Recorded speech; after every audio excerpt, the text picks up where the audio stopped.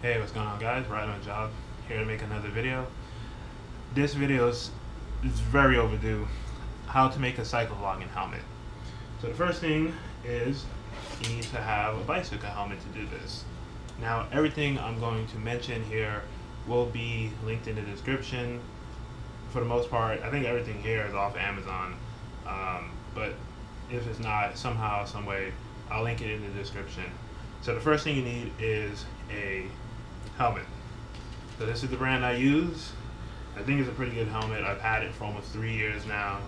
You know, I've had slips and falls off my bike, but the helmet has never touched the ground, so it's still in pretty good shape.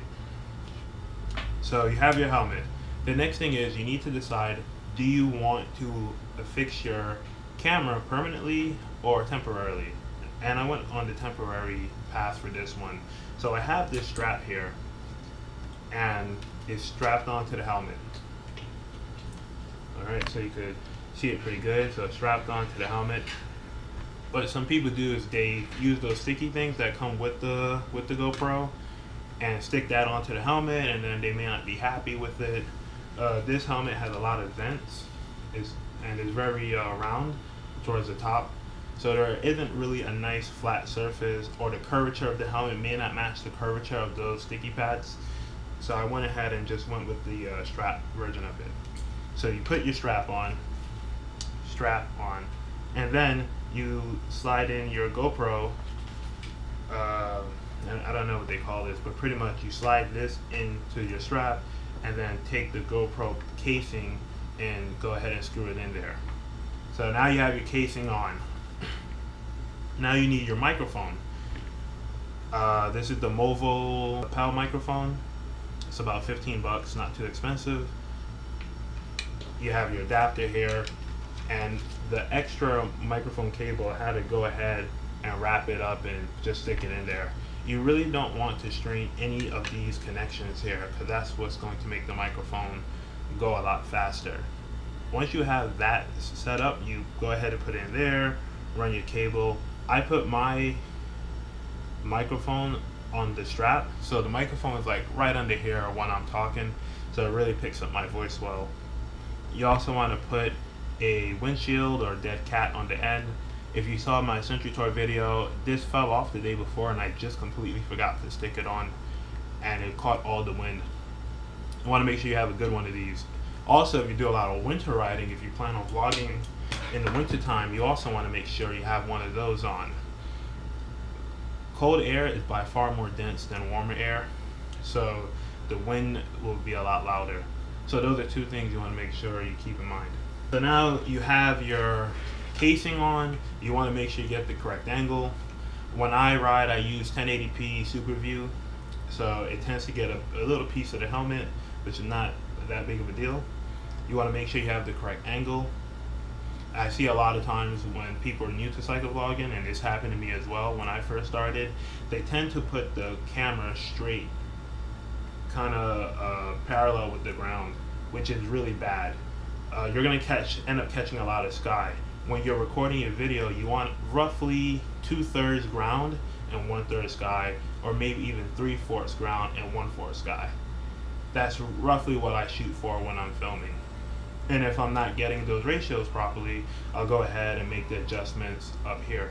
So once you're done, you could easily go ahead. I'm using my GoPro 3 because I'm filming off my 4 right now. You can put your GoPro in there. Now I have one of the cheaper housings. This is a cheap housing off of Amazon for 15 bucks, and this latch tends to come off very easily, so you want to make sure you don't lose that. GoPro, when they first started selling these, or at least when I first started using GoPro, these were $50. So you can have a really nice one for $50 or a really cheap one that works extremely well for $15. I've had this case for 2 years, over 2 years now, since I've started doing YouTube, and the case itself is great. It's this little latch that comes off. It's pretty loose at times while open. It does crack every now and again, but once you first see the crack, it's a while before it actually cracks in half.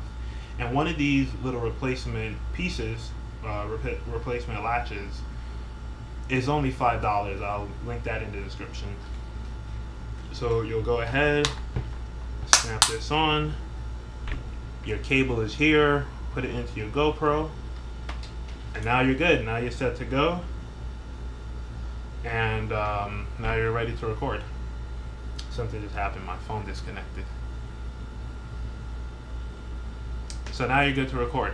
A little advice: if you're going to start doing cycle vlogs, everyone does their thing differently. I tend to leave my camera on and then go ahead and just ride around. I'm not really clicking on the button, the on-off button, or the record, stop record, or anything like that.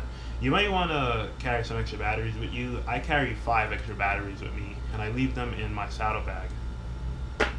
When you get home, you don't want to have to keep switching out the batteries to charge in the GoPro, so you may want to get one of these power bays. This is from Smart Tree. So generally speaking, when you go on Amazon and you look for these batteries, you'll get the batteries along with the charging bay. It's like 20 bucks or so, maybe $25 for like 3 batteries in the charging bay. Not terribly expensive, as opposed to $20 per GoPro battery. So if you guys have any questions about cycle vlogging or cycle vlogging setups or cycle vlogging helmets, let me know. Definitely hit the subscribe button if you're not subscribed already. Hit the bell by the subscribe button so you're notified when I produce content. Definitely leave me comments about any questions, about anything related to this video. If there's anything that I mentioned in this video but I did not put a link to it in the description, let me know and I'll put it in there. Thanks for watching.